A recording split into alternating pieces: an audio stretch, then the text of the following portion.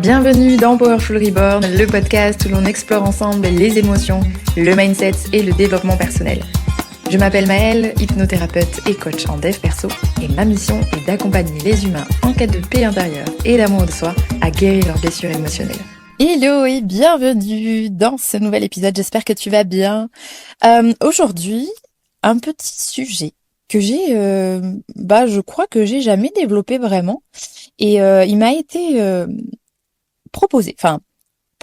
suggéré, on va dire, par une abonnée qui m'a envoyé un petit message tout à l'heure. Je te fais un petit coucou si tu m'écoutes. Je connais pas ton prénom puisque c'est un troll de pseudo. Donc voilà, si tu m'écoutes, écoute, voilà. Je te fais une petite dédicace puisque c'est toi qui m'as donné l'idée de ce podcast. Elle voulait en fait avoir un petit peu plus de détails sur l'émotion de la jalousie. Et je me doute que c'était par rapport aux relations, donc je vais développer un petit peu ce sujet de qu'est-ce qu'est vraiment la jalousie, pourquoi on peut la ressentir, comment la travailler et comment faire en sorte de ne plus tout simplement ressentir cette émotion et avoir ce sentiment de jalousie. D'ailleurs, pour la petite aparté, n'hésitez surtout pas à m'envoyer des DM sur Insta pour me suggérer ou me donner vos idées si vous en avez sur des besoins ou des choses par rapport au podcast, c'est avec plaisir. C'est vrai que je parle de beaucoup de sujets, mais il y en a certains peut-être que je ne développe pas plus, pour la simple et bonne raison que, un petit détail, souvent ce que je développe, c'est soit ce que moi je vis, ce que je ressens, mes insécurités, mes blessures, etc., soit ce que je vois autour de moi, mes amis, ma famille, tout ça. Et c'est vrai que personnellement, la jalousie ne m'a jamais touchée. De ce fait, j'ai pas forcément l'idée de le développer, mais je me doute bien que ça peut intéresser énormément de personnes. Donc n'hésitez pas à me proposer vos idées, ça ne veut pas dire que je vais les tourner. Attention, ce ne sont pas des demandes en me disant, parce que alors ça, je pense que j'en aurais horreur de salut, tu peux faire ça. Non. C'est coucou, j'aimerais avoir plus de détails sur tel ou tel sujet, si tu as envie de faire ce genre de sujet. Et moi, derrière, si ça me parle, je vous fais tout simplement un petit podcast.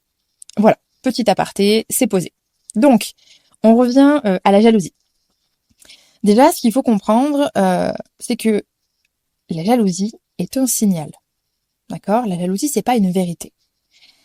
Très souvent, la jalousie est un besoin non écouté ou une insécurité, tout simplement. Quand elle arrive, elle active ton système de survie. Dans ton système nerveux, ça se met en fight complètement et tu vas être complètement obsesse sur cette chose qui te rend jaloux ou jalouse. Et ce n'est pas quelque chose qui vient du cœur. Ce n'est pas quelque chose qui vient de la conscience ou qui vient en tout cas d'une partie guérie de toi-même. Bien sûr, il y a beaucoup de personnes qui le sont en relation et finalement comprend juste que c'est une peur de la perte. C'est une peur d'attachement, tout simplement, qui viennent très souvent des blessures. En grande partie, abandon, rejet et aussi possiblement trahison. Mais au final, qu'est-ce que vraiment la jalousie ? Eh bien, tout simplement, c'est un manque de sécurité intérieure. Comme je l'ai dit, le système nerveux se met en hypervigilance parce que dans le passé, il y a peut-être eu des choses où tu t'es fait ou fait abandonner par tes proches dans un moment compliqué, tu pouvais pas compter sur eux. Peut-être que tu t'es fait trahir, peut-être qu'on t'a trompé, peut-être qu'on t'a rejeté, peu importe. Et de ce fait, tu as une estime qui est plus fragile et donc un manque de sécurité intérieure. Si jamais tu veux développer la sécurité intérieure, je vais forcément en parler là dans ce podcast, mais j'ai aussi un épisode, ou plusieurs même, je crois, sur la sécurité intérieure. Voilà, la sécurité émotionnelle, si tu préfères. Donc finalement, je voudrais surtout débunker le fait, alors ça c'est un truc que je vois en plus énormément sur Insta, on vient valoriser des comportements complètement toxiques, en mode, j'ai quelqu'un qui m'a envoyé ça la semaine dernière. Vous savez, c'était, je sais pas, un petit montage de réel où en fait on voyait les nanas euh, quand leur mec était au téléphone ou je ne sais quoi, écouter derrière la porte.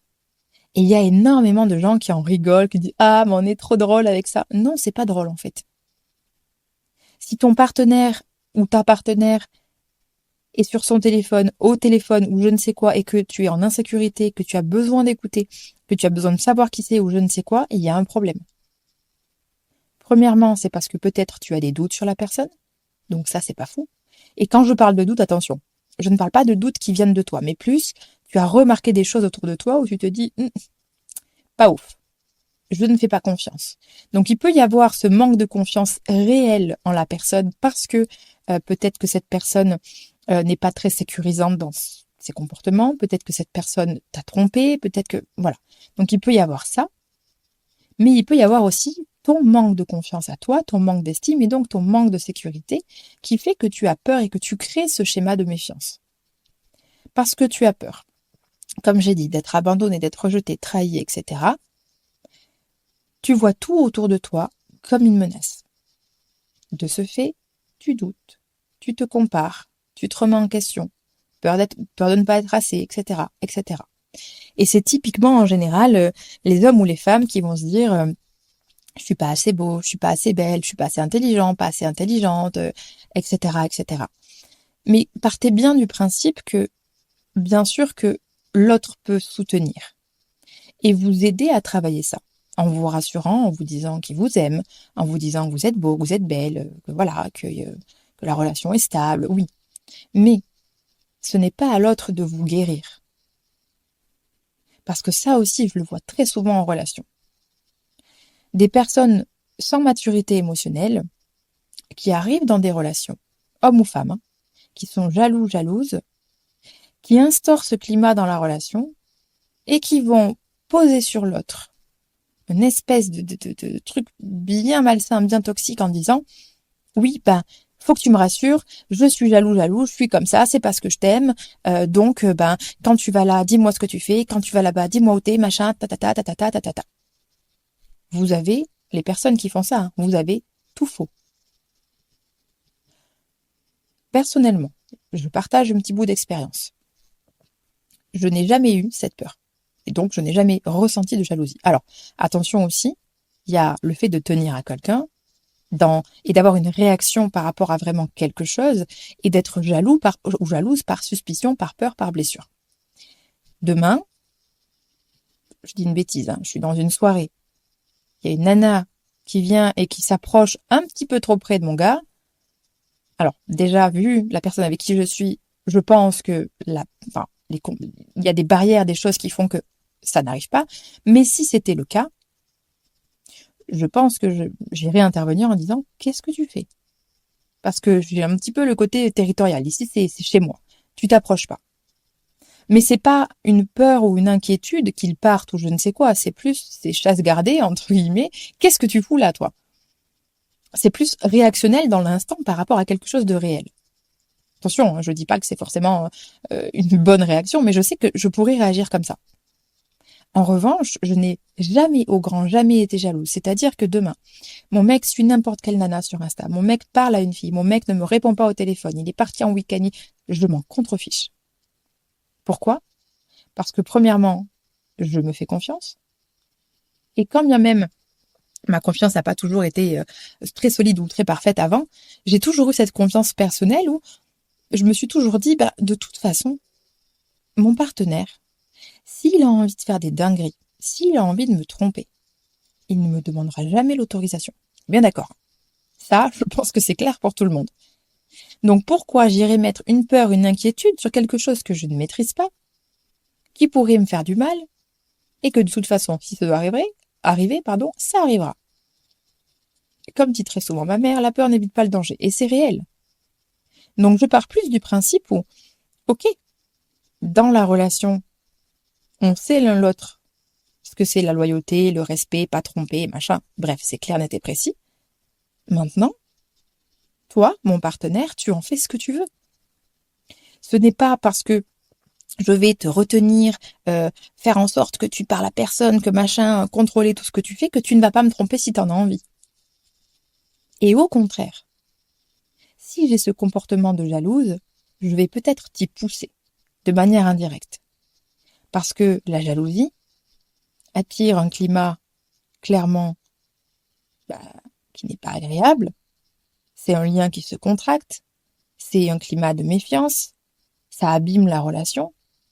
Et comme j'ai dit, ça pousse parfois l'autre à cacher, à minimiser, à mentir en fait, par peur que l'autre ne réagisse pas. Parce que, admettons, t'es avec un gars qui est méga jaloux, ne serait-ce que parler à un gars dans la rue qui t'a demandé l'heure, Bon, c'est un détail, c'est pas grave, mais tu pourrais te retrouver à te dire, bah merde, je vais pas le dire parce qu'il va mal réagir. Mais c'est un truc de fou quand même.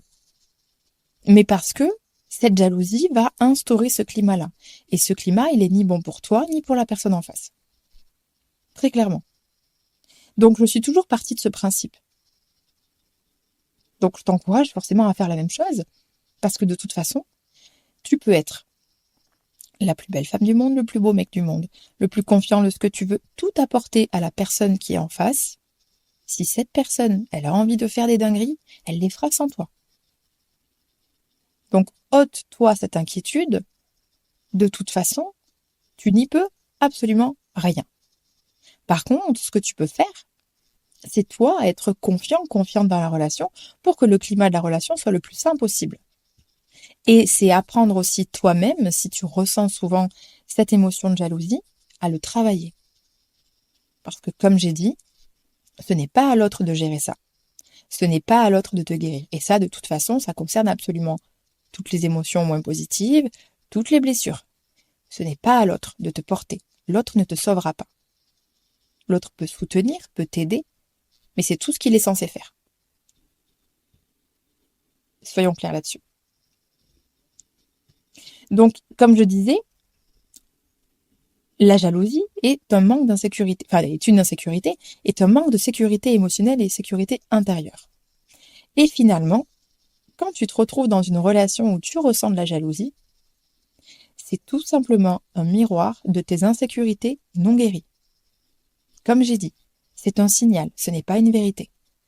Ça vient te dire « Coucou, peut-être qu'il te manque de la sécurité intérieure. Coucou, peut-être que ta blessure d'abandon, de rejet, de trahison, peu importe, est toujours bien présente. Et donc, qu'est-ce que je fais de ça? Et comment je le vis? Est-ce que je continue à être jaloux, jalouse, en justifiant et en éclaboussant l'autre? Ou est-ce que je choisis justement de travailler ça? Parce qu'en soi, il n'y a pas grand-chose à faire. Si ce n'est travailler sur son système nerveux, travailler sur le corps. C'est-à-dire, on revient au corps. Donc, on apprend à respirer, on apprend à réguler, on apprend à gérer l'émotion, plutôt que de la vivre et d'éclabousser l'autre. Si je ressens de la jalousie, je me pose la question. Qu'est-ce qui me met en insécurité? De quoi j'ai peur? Ok. J'ai peur qu'il ou elle parte. J'ai peur de ne pas être assez. J'ai peur, je doute, je me compare, etc. Machin. Ok. Au final, ces peurs, elles sont à qui? Elles sont à moi. D'accord. Donc, qu'est-ce que je peux faire avec ça? Premièrement, me réguler. Donc, me rassurer, changer mon discours intérieur. Ne pas oublier et ou même te souvenir, te rappeler de qui tu es vraiment. Et si tu n'as absolument pas confiance en toi, pareil, ça se travaille. Mais ce n'est pas à l'autre, comme j'ai dit, de régler ça. C'est ton job, en fait, ton rôle, c'est de travailler sur ta sécurité intérieure, ton estime de toi, ta confiance. Et tout va plus ou moins ensemble. En revanche, ce que tu peux faire par rapport à ton ou ta partenaire, c'est communiquer. Mais communiquer de la bonne façon. Je m'explique. Tu ressens de la jalousie par rapport à X, Y situation. Plutôt que de faire une scène de ménage, de venir dire oui, mais t'as fait ci, t'as fait ça, bref, de reporter ton insécurité sur l'autre, deviens responsable, mature, assume-la et communique. Par exemple, tu partages à l'autre, bah tu vois, là, t'es parti en week-end, j'ai pas eu de nouvelles, je me suis inquiétée. Et en fait, mon inquiétude me crée de la jalousie parce que, en un sens, j'ai peur que tu partes pour un ou un autre. Et toute personne mature en face pourra comprendre. Ça ne veut pas dire que il ou elle va faire en sorte de rassurer je ne sais quoi en disant mais non, chérie, je partirai pas. C'est pas ça. C'est plus ok, j'accueille ta vulnérabilité, je comprends. Et la prochaine fois, quand je pars en week-end, non pas pour me changer moi, mais pour te permettre d'être un peu plus serein ou sereine, je t'enverrai un petit message un petit peu plus, enfin des messages plus souvent. Par exemple. C'est des compromis, c'est de la communication. Mais ça, n'est pas la solution pour régler ta jalousie. La solution, comme je l'ai dit, c'est travailler ta propre sécurité intérieure. Donc, je traverse mes peurs. J'ai peur, comme j'ai dit, la jalousie, c'est un signal. Donc, le signal nous permet de remonter à la blessure. Le but, dans ce moment-là, c'est identifier la blessure. Quelle blessure, quel schéma, quel pattern a été réveillé? Ma blessure d'abandon. Très bien. Comment je peux bosser cette blessure? Alors, moi, aujourd'hui, c'est des choses que je fais toute seule, que j'ai appris avec l'expérience et plein de... Voilà, j'ai fait des séances de coaching, etc. Moi aussi, je peux t'aider à ça, bien sûr, mais je sais et je réalise que c'est peut-être pas forcément facile de le faire tout seul ou toute seule. Donc, n'hésite pas, si tu ressens toutes ces émotions et que tu as besoin de travailler cette sécurité intérieure, à aller travailler ça avec un professionnel de santé. Un coach, un thérapeute, un psy, peu importe. À trouver quelqu'un qui peut t'aider à travailler ça. Parce que tout ce que je te partage ici, c'est parfait, mais si tu ne le mets pas en action dans ta vie, il va absolument rien se passer. Donc c'est important de venir bosser à l'intérieur. Parce que comme toute blessure, on va souvent chercher la réponse à l'extérieur. Combler les vides, combler les blessures par l'autre, par l'extérieur. Mais c'est pas la solution. Ce sont des solutions temporaires qui ne changent rien. Je reprends un exemple. En parlant de sécurité intérieure. Dans mon cas, j'ai de base un pattern anxieux. Enfin, un style d'attachement anxieux. Donc, peur de l'abandon, peur du rejet, etc. De ce fait, malgré un fort caractère, malgré une grande bouche et tout ce qui s'ensuit, en relation amoureuse, soit j'étais dans des relations où j'étais pas attachée, donc poser mes limites, aucun problème. Mais le peu de fois où je me suis attachée, poser mes limites devenait un problème. Pourquoi? Ben, pour la simple et bonne raison que je me dis, si je fais ça, je suis plus la fille cool. Si je fais ça, ben, je risque un conflit. Et pour moi, conflit est égal, entre guillemets, séparation. Alors que, attention, hein, ce sont que des croyances et des schémas. Hein. Mettons bien les mots dessus. Donc, si je fais ça, je prends le risque de me faire abandonner ou rejeter. Donc, je me tais. Ça, c'est la résultante d'un manque de sécurité intérieure. Parce que ma première réponse, c'est je ne peux pas faire ça parce que je vais être trop, parce que je vais me faire rejeter et parce que je prends un risque. Et parce que l'autre n'est pas capable, et c'est bien sûr des croyances et des schémas, hein, l'autre n'est pas capable de m'accueillir. Ok. Ça, c'est le schéma de l'ancienne Maëlle, qui n'avait pas de sécurité intérieure. Aujourd'hui, eh ben, c'est le cas dans cette relation. Ce charmant jeune homme me plaît énormément, et poser mes limites devient un challenge. Et pour le coup, avec tout ce que j'ai travaillé, tout ce que je vous transmets, etc., faut bien que j'incarne moi aussi à un moment donné. Et donc, la bosser, ça a été, comme je le dis tout le temps, bosser sur le terrain. Bien sûr que moi aussi j'ai la théorie depuis très longtemps. Je sais qu'il faut poser ses limites, je sais qu'il faut exprimer ses besoins, je sais qu'il faut communiquer, que blablabla, bien sûr, mais j'avais jamais eu encore l'occasion de la poser en relation. Un événement se présente et ça dépasse, entre guillemets, mes limites, du moins un besoin non comblé. Et je sens cette boule au ventre et je me dis, putain, non, ça passe pas. Je me dis là, il faut que j'exprime. Tout simplement parce que déjà, je me respecte. Donc, je gagne en estime et en confiance de moi. Et parce que je savais que, en ne parlant pas de ça, je vais donner un chemin à la relation qui ne me convient pas. À l'époque, dans cette situation, j'aurais dit, comme je disais juste avant. Non, parce que je suis trop, parce qu'il va fuir, parce que abandon, parce que rejet, parce que machin. Donc, pour travailler cette sécurité intérieure et pour l'incarner davantage, on traverse l'expérience dans l'action.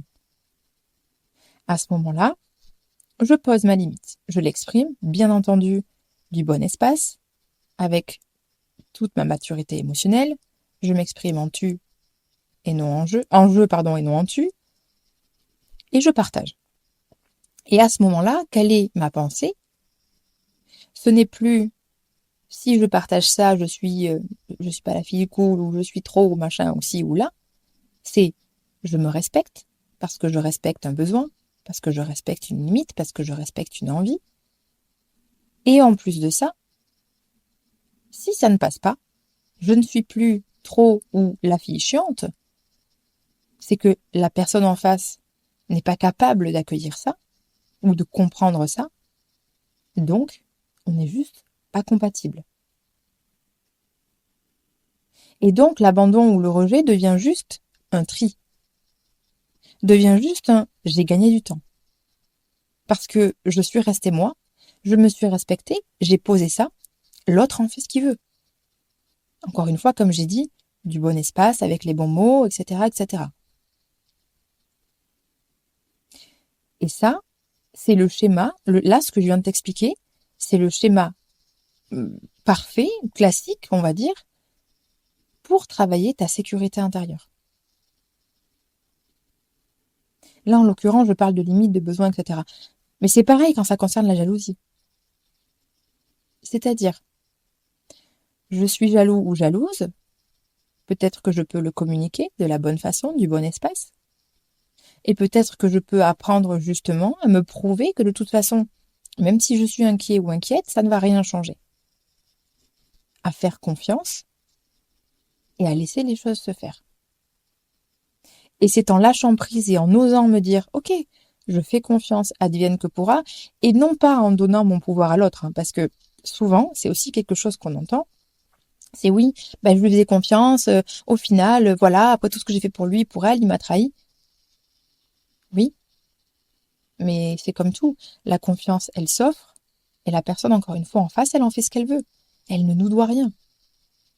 Si elle respecte pas cette confiance, ça dégage, point barre. Donc, pour l'expérimenter au quotidien, cette jalousie, ça passe par là. Je me sécurise dans ma propre sécurité intérieure. J'apprends à exprimer mes besoins, mes envies, mes limites, à travailler mon estime, ma confiance. Et quand je vis cette émotion, quand je vis ce moment, je fais en sorte de me questionner, de comprendre d'où ça vient, de ne pas en éclabousser l'autre et de me sécuriser. Tout simplement. En comprenant que cette jalousie, elle vient de moi, de mes peurs, de mes insécurités. Alors, comme j'ai dit après, il peut y avoir aussi un ou une partenaire qui, clairement, n'est pas rassurant ou rassurante. Enfin, voilà. Mais j'ai envie de dire, si c'est le cas, si t'as un mec ou une nana qui fait n'importe quoi, qui cache son téléphone, qui part au chiottes avec, ok, mais ça dégage. Au bout d'un moment, je pense que faut être un peu conscient. Si vous avez une personne qui esquive quand vous posez des questions, au bout d'un moment, c'est même plus de la jalousie, c'est une intuition, là. Il faut partir.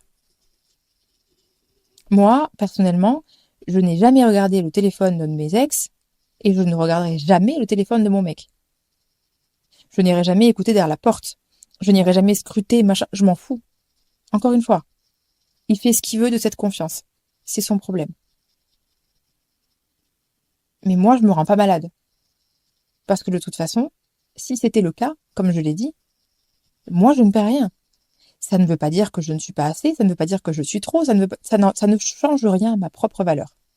Ça veut juste dire peut-être que cette personne est aussi blessée, cette personne a peut-être pas le timing, cette personne a envie de tromper, qu'est-ce que je vous dis? Voilà, enfin terminé. Même si après, bon, attention, il peut y avoir aussi plusieurs situations, mais je vais pas détailler ça aujourd'hui dans ce podcast. Mais quoi qu'il en soit, c'est juste du tri.